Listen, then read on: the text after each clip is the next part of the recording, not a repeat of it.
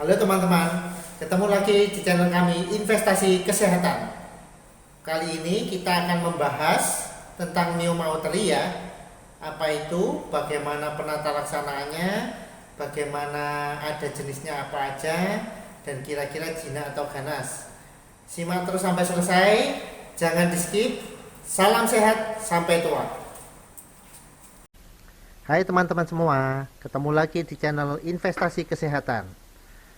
Sebelum kita mulai pembahasannya, jangan lupa untuk subscribe ya, supaya kami tambah semangat untuk membuat video-video selanjutnya yang penuh ilmu dan mudah-mudahan bermanfaat bagi orang banyak. Oke, tanpa berlama-lama lagi, langsung aja kita bahas materinya.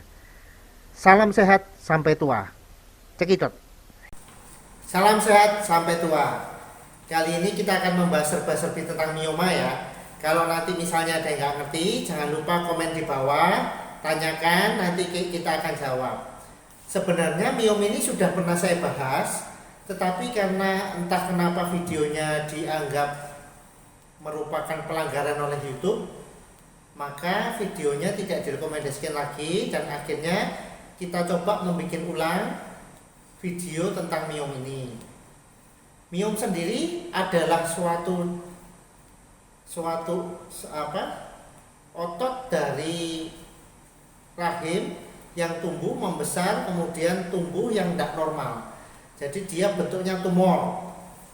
Ingat ya, kemarin tumor dengan kanker bedanya apa? Jadi bentuknya dia adalah tumor yang sebagian besar adalah jinak, dan tumor ini asalnya adalah dari sel rahim sendiri, otot rahim sendiri.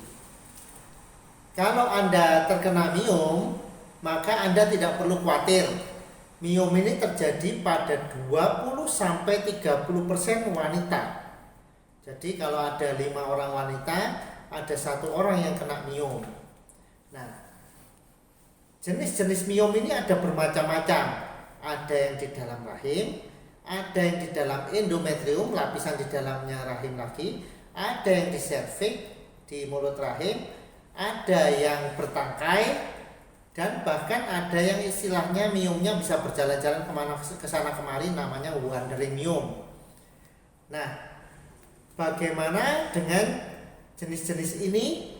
Apakah penyebabnya beda? Penyebabnya sama. Ya, penyebabnya sama. Penyebab miom sendiri adalah salah satunya, meskipun tidak lengkap diketahui seperti apa. Salah satunya adalah paparan hormon estrogen yang berlebihan. Nah, pada orang yang gemuk, makin gemuk seseorang, maka estrogen yang dihasilkan cenderung akan lebih banyak. Tetapi bukan berarti kalau orang gemuk pasti kena miom ya. Tetapi ketika Anda menjadi lebih gemuk, risiko terkena miom lebih besar. Nah, sekarang kita membahas tentang bagaimana tanda dan gejala supaya kita bisa waspada terhadap miom ini. Nah, ini susahnya, hampir semua penyakit yang seperti miom ini awal-awal itu tanpa gejala. Ini kesulitannya di situ. Maka orang tidak akan aware bahwa dia, oh aku ada sesuatu yang lain, maka saya berobat. Itu jarang. Nah, tetapi biasanya orang akan datang ke dokter dengan keluhan satu, perdarahan. Perdarahan yang dimaksud adalah haid yang lama, atau haid yang banyak, atau haidnya sering. Nah, ini berkaitan dengan haidnya. Haidnya banyak, lama, atau sering. Jadi misalnya sebulan bisa sampai 3 kali. Gejala kedua yang sering ditimbulkan adalah rasa membesar di perut bawah. Nah, kalau membesar dengan ukuran yang tertentu, maka dia bisa mengganggu organ-organ di sekitarnya. Organ di sekitarnya itu apa? Di depannya ada kandung kencing, di sampingnya ada saluran kencing yang namanya ureter, dan di belakangnya ada usus. usus besar terutama. Nah, itu fungsi-fungsi organ tersebut bisa terganggu bila ada miom yang cukup besar. Kalau miomnya masih kecil, maka tidak akan ada rasa gangguan tersebut. Nah, salah satu gejala juga yang sering menyebabkan orang kebetulan datang dan kebetulan terdiagnosa miom adalah gangguan reproduksinya. Artinya apa? Dia susah hamil, atau kalau hamil sering keguguran. Jadi miom ini bisa menyebabkan keguguran. Nah, untuk masalah kehamilan dengan mioma, nanti kita akan bikinkan videonya sendiri ya. Nah, bagaimana penanganannya? Apakah semuanya perlu dioperasi? Jawabannya tidak. Kenapa? Mioma sendiri akan dioperasi bila satu, ukurannya besar. Yang dimaksud besar berapa? Ukuran miomnya tok lebih dari 5 cm. Yang kedua, kalau misalnya dia menimbulkan gangguan pada pasiennya. Yang disebut menimbulkan gangguan pada pasien apa? Tadi itu bisa menimbulkan nyeri, rasa penuh, atau merasa perutnya membesar sekali, dan perdarahan. Ya. Anda harus bedakan antara haid dan perdarahan. Sudah pernah saya bahas di video yang ini nih. Ya. Nah, kapan dia tidak dioperasi lagi? Kalau dia tidak mengganggu ketika mendekati menopause, biasanya kita tidak akan melakukan operasi. Nah, kita hanya menunggu sampai dia menopause. Kalau istilahnya orang Kalimantan, naik darat. Ketika dia sudah naik darat, menopause, tidak haid lagi, pelan-pelan, bukan hilang ya, tetapi pelan-pelan dia akan mengecil karena hormon estrogennya sudah tidak diproduksi lagi.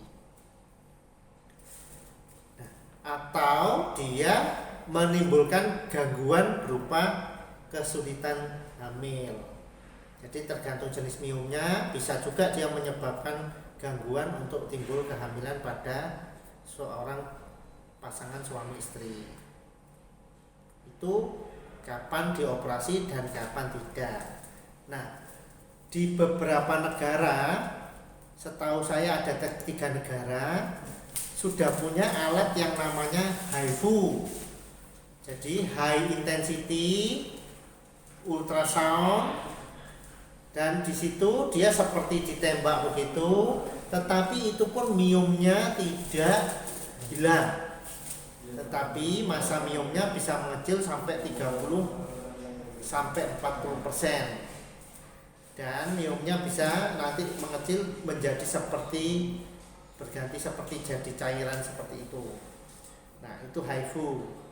Jadi ini hanya di beberapa negara karena biayanya mahal. Bagaimana kalau misalnya saya dengan miom operasi ini, apakah operasinya diangkat sama rahimnya, apakah operasinya hanya diangkat tumornya saja? Nah, ini sangat tergantung dengan situasi dan kondisi. Misalnya Anda miomnya menyebabkan susah hamil, maka pada umumnya kita hanya ambil tumornya saja tanpa diambil rahimnya. Tetapi pada kondisi tertentu, apalagi yang dicurigai miom ini sudah menjadi ganas, miosarkoma, maka biasanya kita akan mengambil seluruhnya termasuk rahimnya. Biasanya pada usia tua kita juga karena fungsi reproduksinya sudah tidak diperlukan lagi, daripada miomnya ini setelah diambil timbul lagi, maka diambil semua sama rahimnya. Nah, pada orang yang diambil miomnya tok, tumornya tok, apakah bisa tumbuh lagi? Jawabannya bisa. Selama Anda punya rahim dan selama Anda masih dalam masa reproduksi, maka masih berpotensi bahwa dia bisa tumbuh lagi. Nah, sampai sini dulu pembahasan tentang miom. Kalau ada yang kurang mengerti, nanti coba Anda tanya di kolom komentar ya. Salam sehat sampai tua, sampai ketemu di video kami selanjutnya. Untuk video hamil dengan mioma nanti akan kita bikinkan video tersendiri berikutnya. Terima kasih. Gimana teman-teman? Sudah pada mengerti apa belum? Nah, kalau udah pada ngerti, jangan lupa untuk di like ya, dan share link ini ke sebanyak mungkin media sosial supaya makin banyak orang yang mendapatkan manfaat dari menonton video ini. Nah, bagi yang belum ngerti atau ada pertanyaan, silahkan tulis pertanyaan dan komen Anda di kolom komentar. Oke, salam sehat sampai tua.